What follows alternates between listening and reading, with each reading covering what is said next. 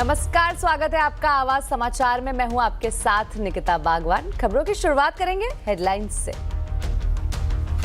CNBC आवाज की बादशाहत का फिर बजा डंका। मार्केट आवर्स में अपने निकटतम कंपेटिटर से काफी आगे, 85.7% मार्केट शेयर के साथ जबरदस्त लीडरशिप।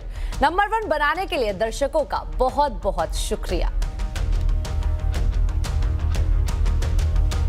भारत को एआई में भाग्य दिखता है, भारत को एआई में भविष्य दिखता है। इंडिया एआई इंपैक्ट समिट में दुनिया भर से आए दिग्गजों के बीच पीएम मोदी का ग्लोबल संदेश। कहा, एआई में भय नहीं, भाग्य देखता है भारत। डीप फेक और फेक न्यूज जैसे डिजिटल कंटेंट पर लगाम लगाने की कही बात। इंडिया एआई इंपैक्ट समिट में पीएम मोदी ने पेश किया मानव विजन। कहा, हम ऐसे दौर में जा रहे हैं जहां इंसान और डिजिटल इंटेलिजेंस मिलकर बनाएंगे और आगे बढ़ेंगे। ये इनोवेशन, एंटरप्रेन्योरशिप और नई इंडस्ट्री बनाने का बड़ा मौका।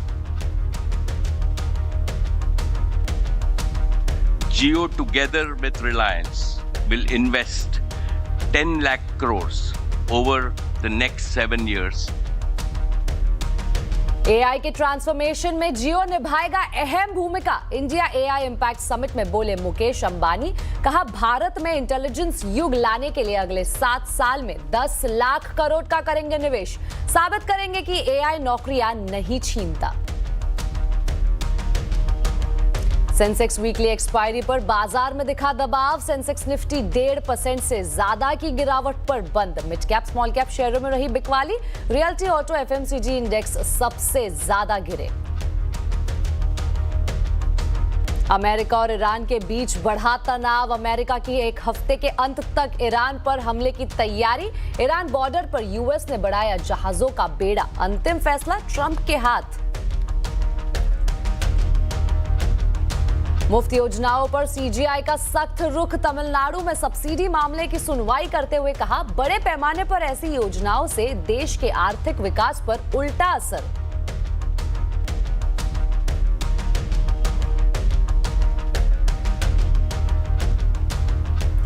सीएनबीसी आवाज की बादशाहत का फिर से डंका बजा है। जी हां, मार्केट आवर्स में अपने निकटतम कंपेटिटर से सीएनबीसी आवाज काफी आगे है। मार्केट आवर्स में सीएनबीसी आवाज का मार्केट शेयर 85.7% है। एक बार फिर यह साबित हो गया है कि मार्केट को समझने और जानने के लिए लोग सिर्फ और सिर्फ आवाज को चुनते हैं। नंबर 1 बनाने के लिए आप दर्शकों का बहुत बहुत शुक्रिया।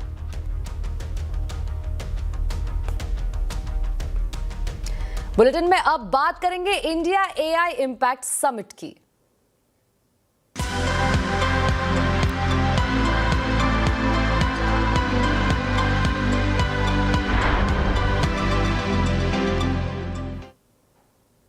दिल्ली के भारत मंडपम में आज प्रधानमंत्री नरेंद्र मोदी ने इंडिया एआई इंपैक्ट समिट का उद्घाटन किया।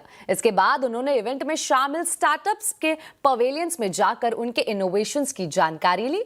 ग्लोबल लीडर्स और दिग्गज टेक सीईओज को संबोधित करते हुए पीएम मोदी ने कहा कि डिजिटल कंटेंट पर ऑथेंटिसिटी लेबल होना चाहिए ताकि असली और एआई जनरेटेड कंटेंट में फर्क पता चल सके। प्रधानमंत्री ने कहा कि दुनिया के कई देशों में जहां एआई को लेकर भय का माहौल है, वहां भारत इसे अपने भाग्य और उज्जवल भविष्य के रूप में देख रहा है। उन्होंने एआई को ओपन सोर्स बनाने की वकालत की। पीएम मोदी ने एआई के लिए मानव विजन का भी प्रस्ताव दिया।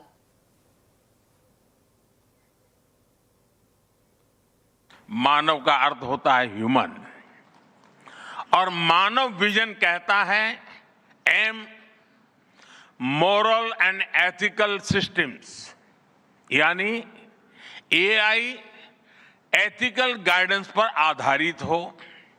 ए अकाउंटेबल गवर्नेंस, यानी transparent rules, robust oversight. N national sovereignty, यानी जिसका डेटा उसका अधिकार। ए एक्सेसिबल एंड इंक्लूसिव, यानी एआई मोनोपोली नहीं, मल्टीप्लायर बने। वी वैलिड एंड लेजिटिमेट, यानी एआई लॉफुल और वेरीफाइबल हो। डिजिटल वर्ल्ड में कंटेंट पर भी ऑथेंटिसिटी लेवल्स होने चाहिए ताकि लोगों को पता हो कि क्या असली है और क्या एआई से बनाया गया है।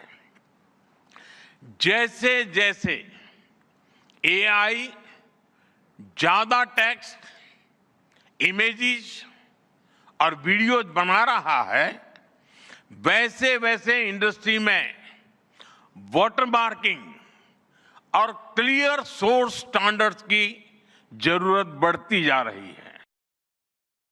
ऐसे लोग जिन्हें एआई में भय दिखता है और दूसरे वो जिन्हें एआई में भाग्य दिखता है। और साथियों, मैं जिम्मेवारी के साथ कहता हूं, गर्व के साथ कहता हूं, हमें भय नहीं, भारत को एआई में भाग्य दिखता है, भारत को एआई में भविष्य दिखता है। हमारे पास टैलेंट भी है, एनर्जी कैपेसिटी भी है और पॉलिसी क्लैरिटी भी है। अब आपको बता दें, एआई समिट में रिलायंस इंडस्ट्रीज के चेयरमैन मुकेश अंबानी ने भी बड़े ऐलान किए। उन्होंने कहा है कि जियो डेटा की तरह देश में सस्ते एआई की सर्विस देगा। उन्होंने अगले 7 साल में 10 लाख करोड़ के निवेश की भी बात कही है। Jio connected India to the internet era. Jio will now connect India to the intelligence era. We will deliver intelligence to every citizen, every sector of the economy, and every facet of social development and every service of government. Jio will do so with the same reliability, quality, scale, and extreme affordability that transformed connectivity. India cannot afford to rent intelligence. Therefore, we will reduce the cost of intelligence as dramatically as we did the cost of data. Jio, together with Reliance, will invest 10 lakh crores over the next 7 years, starting this year.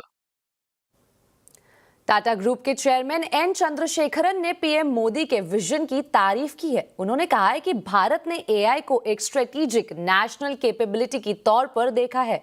इसी के साथ उन्होंने बताया कि Tata group Bharat का पहला बड़े पैमाने पर ऑप्टिमाइज्ड डेटा सेंटर स्थापित कर रहा है, जिसके लिए टाटा ग्रुप ने ओपन एआई के साथ साझेदारी की है। The Tata Group is establishing India's first large-scale AI-optimized data center, purpose-built for the next generation AI training and inference. I'm very happy to announce that we have partnered with OpenAI to build the first 100 megawatt capacity, which will scale to 1 gigawatt. And we made an announcement with AMD yesterday, where we will combine the world-class AI track architecture with Tata's strength in infrastructure, engineering, power, and solution capabilities to create a sustainable high-density AI capacity in India for global standards. तो वही Google के CEO सुंदर पिचाई ने कहा है कि हमें AI को हर किसी के लिए उपयोगी बनाने के लिए साहसिक कदम उठाने होंगे। उन्होंने कहा कि एआई कई सारे नए मौके लेकर आएगा। AI will undeniably reshape the workforce, automating some roles, evolving others, and creating entirely new careers. But no matter how bold we are or how responsible, we won't realize AI's full benefits unless we work together. Governments have a vital role that includes as regulators, setting important rules of the road and addressing key risks. And importantly, also as innovators, bringing AI to public services that improve lives and accelerating adoption of these technologies for people and businesses. Tech companies must also step up, building products that boost knowledge, creativity, and productivity to help people achieve their dreams. तो वहीं India AI impact summit में France के राष्ट्रपति Emmanuel Macron ने भारत में बढ़ते digital infrastructure की तारीफ की है। उन्होंने कहा है कि भारत ने वो कर दिखाया है जो दुनिया का कोई दूसरा देश नहीं कर सका। उन्होंने पीएम मोदी से आह्वान किया है कि वो भी 15 साल की उम्र से कम के बच्चों के लिए सोशल मीडिया बैन कर दे। मैक्रोन ने कहा है कि फ्रांस इस रास्ते पर आगे निकल चुका है। In France, we are embarking on a process to ban social networks for children under 15 years old. And we are committed here in this journey with a lot of several European countries being present here today. Greece, Spain. I know, Mr. Prime Minister, you will join this club. And this is a great news that India will join such an approach in order to protect children and teenagers. And we stand ready to take all necessary actions to ensure that our young citizens are truly safe, and wish to engage with all willing partners to make this vision happen for all. And this is a new coalition of willings in order to protect our children and teenagers. Protecting our children is not regulation as well, it is civilization. इसी के साथ आवाज समाचार में वक्त हो चुका है एक छोटे से ब्रेक का। खबरें आगे और भी है, बने रहिए हमारे साथ। ब्रेक के बाद फिर एक बार स्वागत है आपका आवाज समाचार में। अब एक नजर आज के बाजार के हाल पर। सेंसेक्स वीकली एक्सपायरी पर बाजार में काफी प्रेशर रहा है। सेंसेक्स निफ्टी दोनों 1.5% से ज्यादा की गिरावट पर बंद हुए। मिड कैप स्मॉल कैप शेयरों में भी बिकवाली हावी रही है। बाजार में कैसे रहा है कारोबार, बता रही है कंचन नौटियाल। तो हफ्ते का चौथा कारोबारी दिन बोलिए या बोलिए सेंसेक्स की वीकली एक्सपायरी, बाजार में डेफिनेटली आज हमें जो बियर्स का दबदबा है वो कायम होता हुआ दिखाई दिया है। बाजार में ओवरऑल यानी कि बीएसई की बात करें तो जितने भी सेक्टर इंडाइसेस हैं वो हमें लाल निशान पे जाते हुए बंद होते हुए दिखाई दिए। आप स्क्रीन पे देख ही रहे होंगे, सेंसेक्स हो, मिड कैप हो, स्मॉल कैप हो, बैंकिंग हो या फिर निफ्टी 50 मेजर इंडाइस हो, यहाँ पे एक प्रेशर जो है वो बनता हुआ दिखाई दिया है। निफ्टी में करीबन 0.25% की कमजोरी आज के सत्र में देखी गई है। इसके अलावा बाकी के सेक्टर्स की भी आप बात कर लीजिए तो रियलिटी में काफी ज्यादा पेन हमें देखने को मिला है। डिफेंस में सारे ही सेक्टर्स जो हैं वो हमें लाल निशान पे बंद होते हुए दिखाई दिए हैं। देखिए, कोई ऐसा स्पेसिफिक हर सेक्टर के लिए कोई न्यूज नहीं है जिसके बाद ही हमें सेंटिमेंट देखने को मिला, लेकिन बाजार का जो मूड माहौल था वही हमें कहीं ना कहीं दबाव में देखने को मिला, जिसके चलते सारी ही सेक्टर्स में एक इंपैक्ट जो है वो आता हुआ दिखाई दिया है। इसके अलावा अगर स्टॉक स्पेसिफिक बात करी जाए तो सबसे पहले बात कर लेते हैं निफ्टी के बढ़ने वाले स्टॉक की, ओएनजीसी, बिकॉज ब्रेंट क्रूड का जो प्राइस था उसके चलते यहाँ पे हमें जो तेजी है वो देखने को मिली। मेटल शेयर्स की वजह से हिंडाल्को और एचडीएफसी लाइफ एक मामूली बढ़त के साथ बंद हुए हैं, लेकिन लूजिंग स्ट्रीक में आप देखिए नंबर कितना बड़ा है। इंटरग्लोब एविएशन, ट्रेंट, एमएनएम और अल्ट्राटेक सीमेंट, यहाँ भारी गिरावट जो है हमें देखने को मिली है। देखिए, क्रूड का जो पॉजिटिव इंपैक्ट हमें देखने को मिला है, यहाँ पे इंटरग्लोब एविएशन में वो नेगेटिव आया बिकॉज ब्रेंट क्रूड का जो प्राइस है वो हमें एक स्पाइक में जाता हुआ दिखाई दिया, जो नेगेटिव खबर है इंटरग्लोब एविएशन के लिए।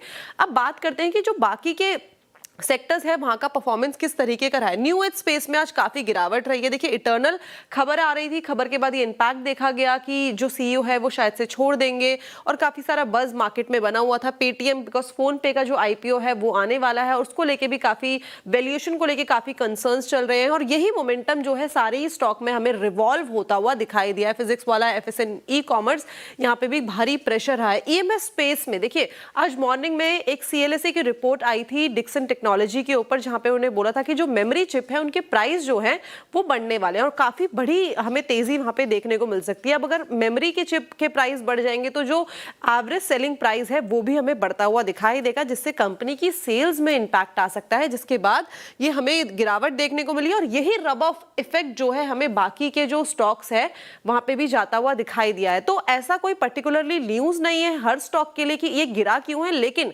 बाजार में मंदी का माहौल बना हुआ था, जिसके बाद बाजार आज गिरावट के साथ बंद हुआ है।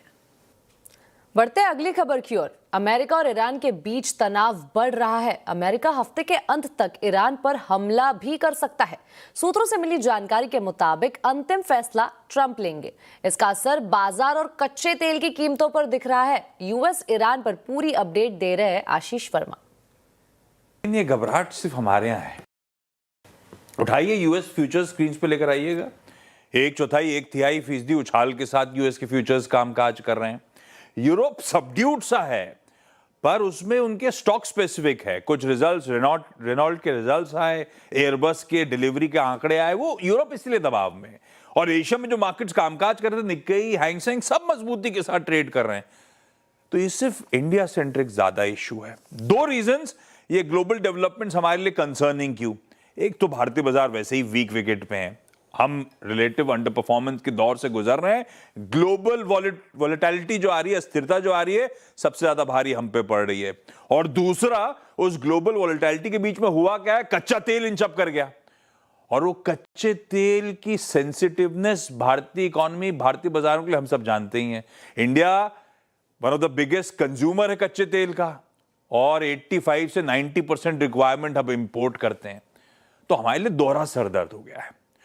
क्रूड क्या हुआ, कल जब स्टॉक मार्केट्स क्लोज होते 3:30 बजे $67 पे था, आज $71 के ऊपर कच्चा तेल कामकाज करता हुआ नजर आ रहा है आपको।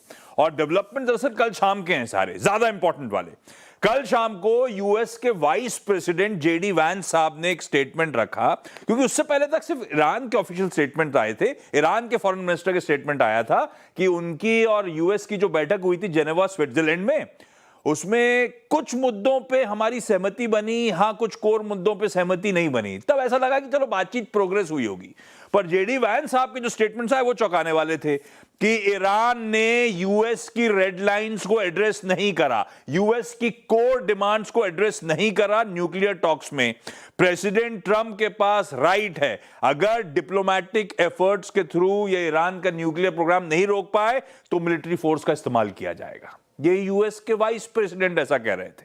उसके कुछ ही देर बाद, यानी भारतीय समय अनुसार देर रात कह लीजिए, ट्रंप साहब ने ट्रुथ सोशल पर ट्वीट करा, जिसे कहते हैं ट्रुथ किया, ये कहते हुए कि यूके के प्राइम मिनिस्टर कीर स्टारमर साहब गलत कर रहे हैं। मैं उनको लगातार बता रहा हूं, मिस्टेक है। ये 100 साल की लीज पे डिएजो गार्सिया का जो आइलैंड, ये इंडियन ओशन में एक आइलैंड है जो यूके की कंट्रोल में है, वो गलत कर रहे हैं। उसको लीज में देने की तैयारी जो कर रहे हैं, अगर ईरान से सहमति नहीं बनी, ईरान डील के लिए एग्री नहीं करा, तो हमें इंपॉर्टेंट होगा डिएजो गार्सिया का आइलैंड इस्तेमाल करना अपने मिलिट्री फोर्सेस के लिए। यानी कि वो भी उसी तरह धमकी दे रहे थे। ये तरह के स्टेटमेंट्स आने के बाद क्रूड में अच्छा सा स्पाइक आता हुआ नजर आया। और आज दिन की कुछ रिपोर्ट सजेस्ट इस तरह से कर रही हैं कि इस वीकेंड तक शायद यूएस फैसला लेता हुआ नजर आए, फाइनल डिसीजन लेता हुआ नजर आए।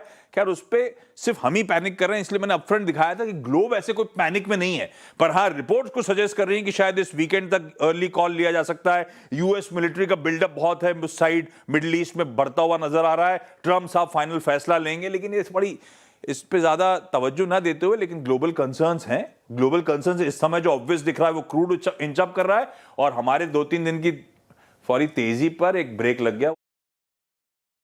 तो इस पूरे ईरान अमेरिका संकट पर ही आवाज अड्डा में हम आज चर्चा कर रहे हैं। ईरान हमले का ट्रंप प्लान जरूर देखिए शाम 7:57 पर।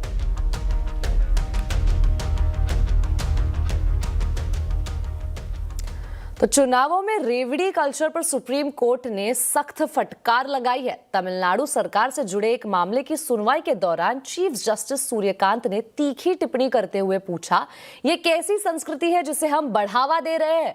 अदालत ने कहा कि कल्याणकारी योजनाओं के नाम पर मुफ्त भोजन, बिजली और साइकिल बांटने एक प्रकार की तुष्टीकरण की राजनीति बन गई है।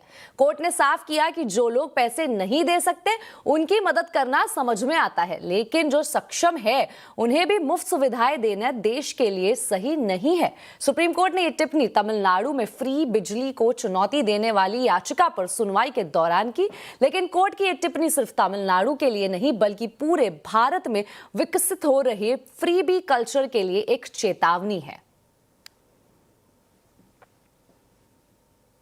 आवाज समाचार में अभी के लिए इतना ही। आप देखते रहे CNBC आवाज और अपडेटेड रहे खबरों पर हमारे सोशल मीडिया हैंडल्स के जरिए। नमस्कार।